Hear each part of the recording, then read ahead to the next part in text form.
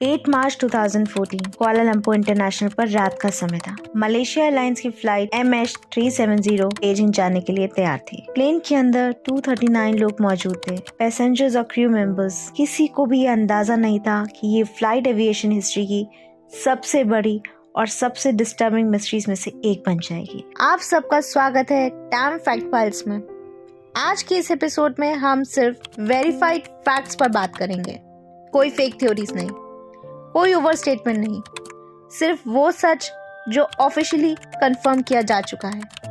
ये है flight MH370 की कहानी। फ्लाइट की बेसिक जानकारी। मलेशिया एयरलाइंस फ्लाइट MH370 एक बोइंग 777-200 ER एयरक्राफ्ट थी। बोइंग 777 को दुनिया के सबसे सेफ कमर्शियल एयरक्राफ्ट में से एक माना जाता है। इस मॉडल का इससे पहले कभी कोई फेटल एक्सीडेंट रिकॉर्ड नहीं हुआ था। फ्लाइट का रूटीन सिंपल था। कुआलालंपुर से Beijing Capital International Airport. Plane में 227 पैसेंजर्स और 12 क्रू मेंबर्स थे। पैसेंजर्स 14 अलग अलग देशों से थे, जिनमें सबसे ज्यादा चाइना से थे। क्रू एक्सपीरियंस्ड और ट्रेन थे। फ्लाइट बिल्कुल रूटीन लग रही थी। टेक ऑफ और शुरुआती मोमेंट्स। फ्लाइट MH370 ने 8 मार्च 2014 को रात 12:41 AM पर टेक ऑफ किया। प्लेन स्मूथली क्लाइंब कर रहा था और क्रूजिंग एल्टीट्यूड की तरफ बढ़ रहा था। वेदर कंडीशंस नॉर्मल थी। कोई टर्बुलेंस या टेक्निकल वार्निंग रिपोर्ट नहीं हुई।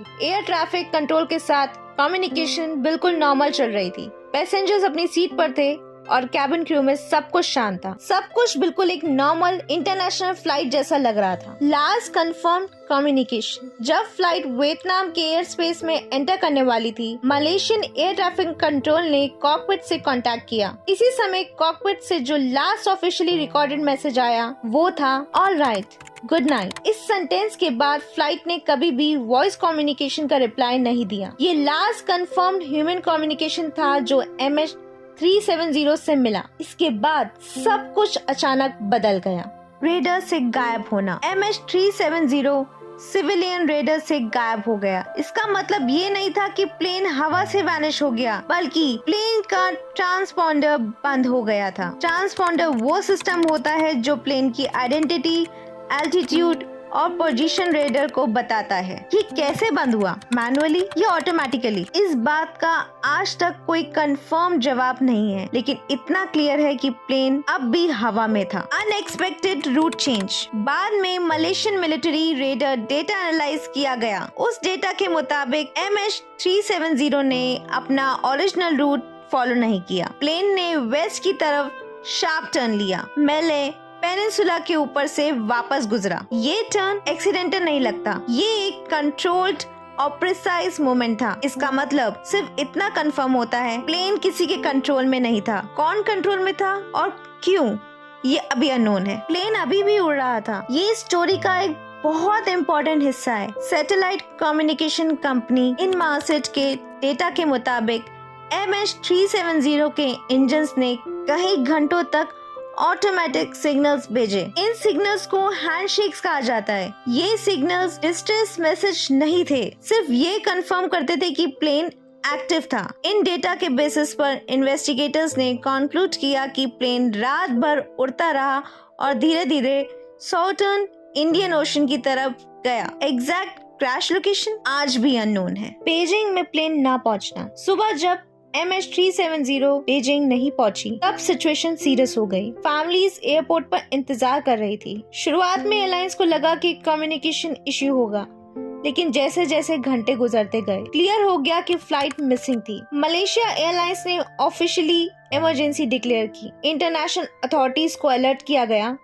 दुनिया भर में सर्च ऑपरेशंस शुरू हुए। इनिशियल सर्च और कंफ्यूजन। शुरुआती सर्च साउथ चाइना सी में हुआ क्योंकि वही एक्सपेक्टेड फ्लाइट पाथ था, लेकिन जैसे ही मिलिट्री रेडर और सैटेलाइट डाटा एनालाइज हुआ, सर्च एरिया कंप्लीटली चेंज करना पड़ा। अब फोकस था इंडियन ओशन, एक बहुत ही रिमोट और डीप एरिया। ये एविएशन हिस्ट्री का सबसे बड़ा और सबसे महंगा सर्च ऑपरेशन बन गया। क्या मिला और क्या नहीं। सर्च के दौरान कुछ डेब्री बाद के सालों में अलग अलग आइलैंड पर मिला। कुछ डेब्री ऑफिशियली MH370 से लिंक किया गया, लेकिन प्लेन में मेन रैकेज ब्लैक बॉक्स या एग्जैक्ट क्रैश साइट कभी रिकवर नहीं हुई। इसी वजह से इन्वेस्टिगेटर्स आज भी एग्जैक्ट कॉज कंफर्म नहीं कर पाए।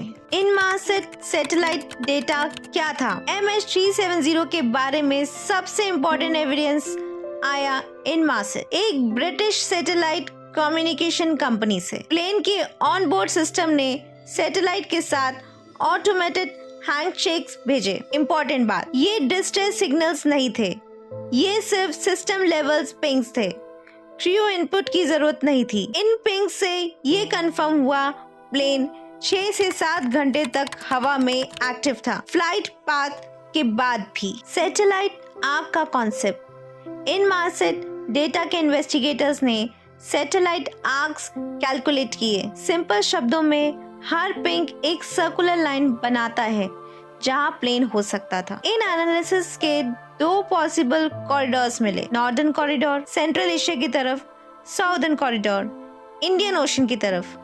बाद में फ्यूल कैलकुलेशंस और स्पीड डेटा ने नॉर्दर्न कॉरिडोर रूल आउट कर दिया गया। वर्ल्ड का सबसे बड़ा सर्च ऑपरेशन 2014 से 2017 के बीच ऑस्ट्रेलिया, मलेशिया, चाइना इन्वॉल्व थे। 120,000 प्लस स्क्वायर किलोमीटर सर्च हुआ। डीप सी रोबोट्स और सोनार यूज हुआ। इसका cost AUD 200 plus million official figures. Despite this main wreckage नहीं मिला। ब्लैक बॉक्स कभी रिकवर नहीं हुआ। सर्च ऑफिशियली जनवरी 2017 में सस्पेंड किया गया। ब्लैक बॉक्स क्यों नहीं मिला? ब्लैक बॉक्स का लोकेटर बेकॉन सिर्फ 30 दिन तक एक्टिव रहता है। डीप ओशन में सिग्नल वीक हो जाता है। इंडियन ओशन का area extremely deep, uneven sea bed, search conditions are very difficult. इस वजह से आज तक कॉकपिट वॉइस रिकॉर्डर और फ्लाइट डेटा रिकॉर्डर नहीं मिले।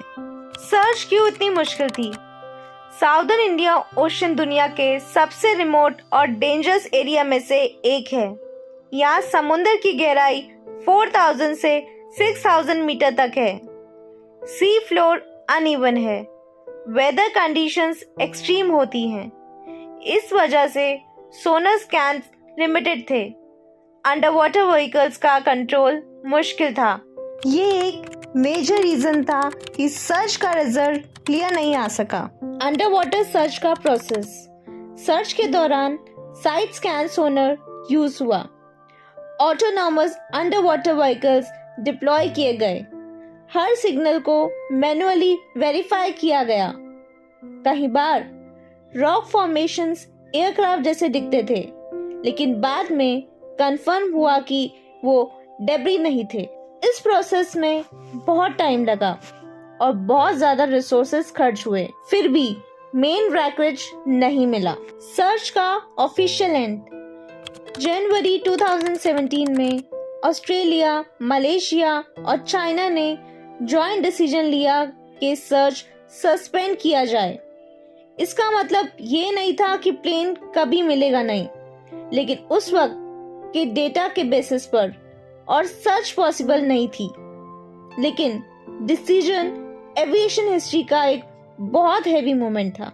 Debris drift analysis. अब सवाल उठता है, जो डेब्री मिला वो कैसे अफ्रीका के कोस्ट तक पहुंचा? साइंटिस्ट ने इंडियन ओशन करंट्स का स्टडी किया, ड्रिफ्ट मॉडल्स बनाए और डेब्री मूवमेंट सिमुलेट की। रिजल्ट ने ये दिखाया डेब्री का साउदर्न इंडियन ओशन से आना पॉसिबल था और ये मॉडल्स सैटेलाइट डाटा से मैच करते थे। ये एक स्ट्रॉन्ग सपोर्टिंग एविडेंस बना। Official final report. जुलाई 2018 में मलेशिया ने अपनी फाइनल इन्वेस्टिगेशन रिपोर्ट रिलीज की। रिपोर्ट के की पॉइंट्स: एयरक्राफ्ट ने इंटरनेशनल रूट चेंज किया। मैकेनिकल फेलियर का कोई क्लियर एविडेंस नहीं मिला। क्रू इन्वॉल्वमेंट को इन्फॉर्म या डिनाई नहीं किया जा सकता। रिपोर्ट ने क्लियरली कहा कॉज अनडिटरमाइंड है। ये एक रेयर और ऑनेस्ट कंक्लूजन रहा। परिवारों का इंतजार। 239 लोगों के परिवारों के लिए ये सिर्फ एक केस नहीं है।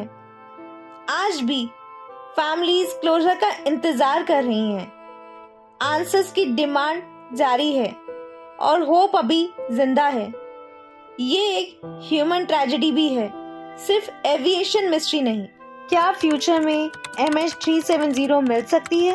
एक्सपर्ट्स का कहना है अगर नया क्रेडिबल डेटा मिलता है या एडवांस टेक्नोलॉजी अवेलेबल होती है तो फ्यूचर में सर्च फिर से शुरू हो सकती है, लेकिन बिना नए एविडेंस के एग्जैक्ट लोकेशन बताना पॉसिबल नहीं। फाइनल कंक्लूजन, MH370 का केस हमें ये सिखाता है टेक्नोलॉजी पावरफुल है लेकिन परफेक्ट नहीं। मॉडर्न एविएशन के बावजूद कुछ सवाल अभी भी समुद्र के नीचे छुपे हुए हैं। ये थी MH370 की फैक्ट फाइल, जिसमें कहानी खत्म हो जाती है लेकिन जवाब नहीं। टाइम फैक्ट्स फाइल पर ये थी एक सच्ची कहानी, डॉक्यूमेंटेड फैक्ट्स के साथ, बिना स्पेकुलेशन के।